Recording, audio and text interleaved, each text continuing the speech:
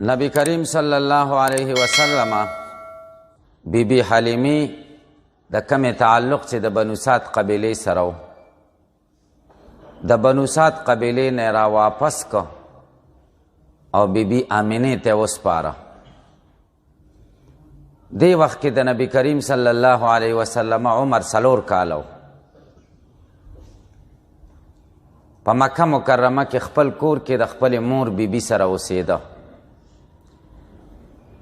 د عمر چې 6 کاله ته ورسېده مور اراده وکړه چې د پلار کره لاړه شي مدینې ته. هلته لاړه یوه میاشت قیام یې وکړو. ام ایمن ورسره وه.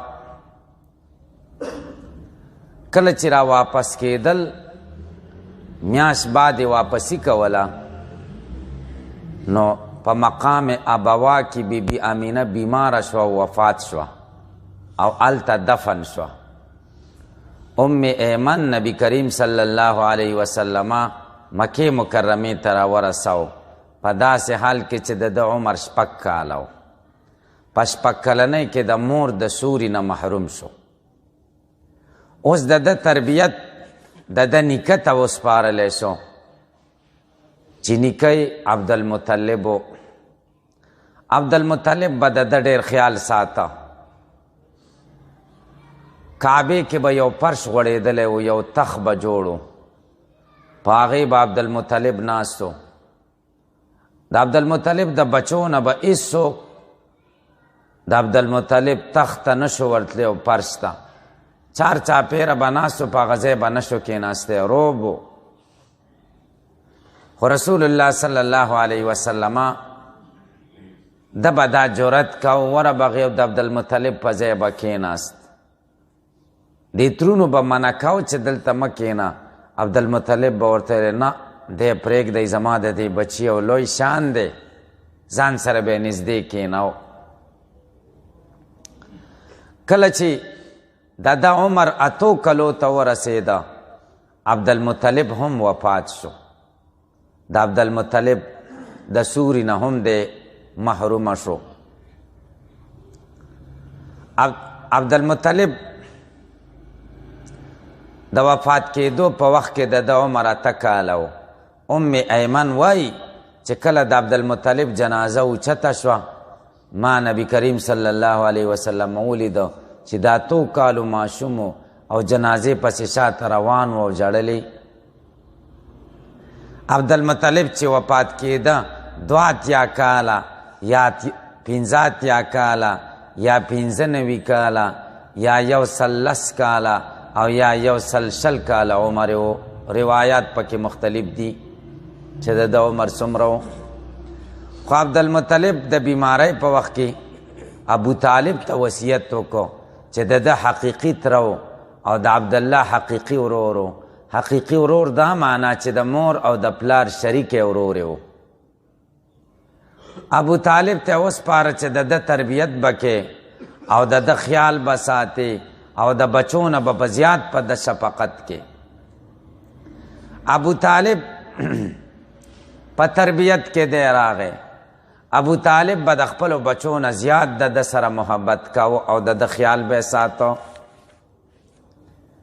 خو د دې عاشقانه تربیت او د دې عاشقانه محبت باوجود ابو طالب د ایمان د دولت نه محروم د دنیا نه لاړه.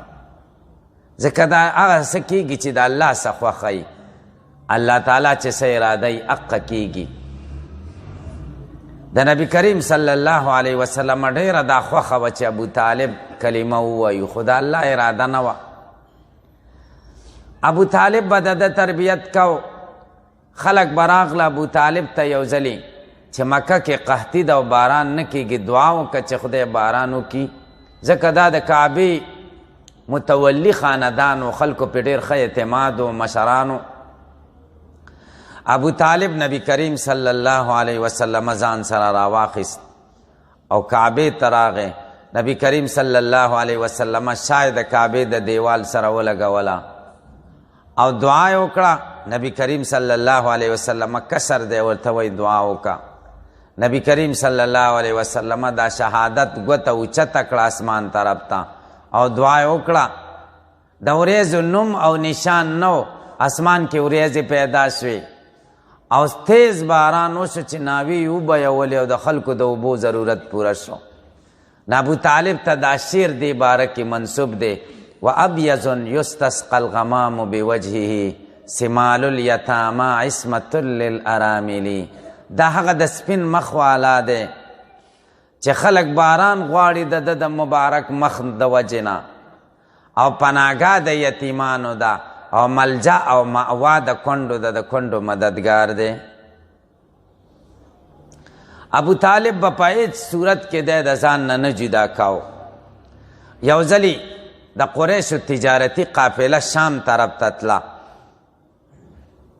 ابو طالب اراده وکړه چې د دې تجارتي قافلې سره لاړ شي. دا اراده یې نه وه چې نبی کریم صلی الله علیه وسلم ځان سره بوځي، خو د تلو په وخت کې چې د ابو طالب ولیده چې دی رانځي سفر ته، نو ډېر سخت خفه شو. نو ابو طالب چې د په چهره کې د خفګان آثار ولیدل، نو ورته ویل راځه تم را سره لاړ شه. دې وخت کې د عمر 12 کاله دی. ځان سره یې بوتو. بصرا مقام ته چې ورسېدل، هلته یو راهب و، د عیسائی دین تابعدار او عبادت گزاره سړی، هغې ته راهب وایي. اصل نوم یې جرجیس و، خو په بحیره باندې مشهور و. هغه په خپله عبادت خانه کې ناست و او هغه راکوز شو او د قریشو د دې قافلې سلام یې وکړ او دوی سره ملاقات وکړو. او دوی ته یې ویل تاسو کې دا سړی چې کوم دی دا ماشوم، د ده سره لاس میلاو که د نبی کریم صلی الله علیه وسلم سره، او دا یې ویل هذا سید العالمین هذا رسول رب العالمین یبعثه الله رحمتا للعالمین. دا د ټولو کائناتو سردار دی، دا د رب العالمین رسول دی او دی رحمت للعالمین دی. قریش ورته تا څنګه وپېژانده؟ و تاسو چې د دې غونډۍ نه راواوړېدئ، ما هره ګټه او ونه لیدله چې ده ته سجده کوله، او د پیغمبر نه علاوه بل چاته ونې سجده نه کوي. او بیا چې تاسو کېناستلی نو سوري ته کېناستلی، ده ته د سوري ځای نه و، ما ونه ولیدله چې ونه ده ته مایله شوه، په دی سوری وکړو. او په تیرو کتابونو کې ما د ده صفات لیدلي او موږ منتظر و چې دې وخت کې به دی مبعوث کېږي. او د خلکو ته یو پرتکلفه دعوت وکړه، میلمستیا ورته وکړه. دا په داسې حال کې چې د دې نه وړاندې به دا خلک تېرېدل، دا قافلې خو دې راهب به چاته کتل هم نه، په خپل عبادت کې به مصروف و. خو دوی ته یې ویلې چې تاسو ته یو سوال کومه چې دا سړی واپس کوي، ځکه د رومیان راځي او ده ته به ضرر ورسوي، دی ختمی ګورئ. دوی لا په دې خبرو کې چې د 7 کسانو یوه قافله د روم نه راله. دې راهب ته تپوس وکړه چې چېرته ځئ؟ وایي د آخر زمانې پیغمبر پیدا شوی او دا د سفر وخت دی، موږ بادشاه رالیږلی چې هغه ونیسو او ختم یې کړو.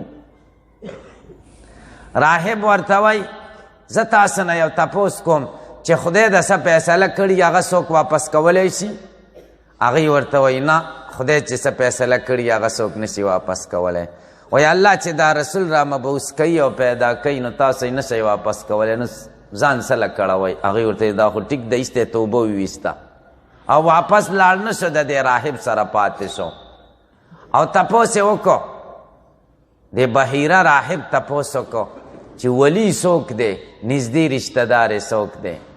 وایي دا سړی دی. ابو طالب یې ورته وښودو. هغه ته ویل چې ګوره دا سړی ورسوه واپس. نو ابو طالب نبی کریم صلی الله علیه وسلم واپس راولېږه مکې مکرمې ته چې څوک ورته ضرر ونه رسوي. دا د نبی کریم صلی الله علیه وسلم اولنی سفر و شام طرف ته چې نیمې لارې نه را واپس. بیا په قریشو کې او په عربو کې د جنگ یو جنگ پیښ شوی دی، هغې جنگ ته حرب الفجار وایي. مشهور معرکه ده او مشهور جنگ. دا د قریش او د قیس قبیلې په منځ کې دا جنگ و. اول ځل د قیس قبیله په قریشو غالبه شوې وه او بیا قریش په قیس قبیلې باندې غالبه شو. په دې جنگ کې د قریشو د طرفه د نبی کریم صلی الله علیه وسلم ترونه هم شریکان شوي وو. نبی کریم صلی الله علیه وسلم هم پکې شریک و. خو شریک دا معنا چې د دې ترونو سره به هسې ته جنگ کې حصه نه ده اخیستې، ځکه مؤمن په جنگ کې حصه نه اخلي. په کم جنگ کې حصه اخلي؟ په هغې جنگ کې حصه اخلي چې د هغه جنگ د دې دپاره چې د الله د کلمې بول بالا شي. د دین د اوچتوالي دپاره چې کم جنگ په حق جنگ کې حصه اخلي. په قومي جنگونو کې مؤمن حصه نه اخلي. نو د په دې قومي جنگ کې عملی حصه نه ده اخیستې، د ترونو سره به استه. په دې وخت کې د عمر شریف څومره و؟ سیرت ابن حشام کې وی چې د عمر 14 یا 15 کاله و، او محمد ابن اسحاق وی د عمر 20 کاله و دې وخت کې. او د دې نه وروسته بیا د امن معاهدو کې شرکت کړی دی، او د امن چې کومه معاهده شوې د حلف الفضول په هغې کې حصه اخیستې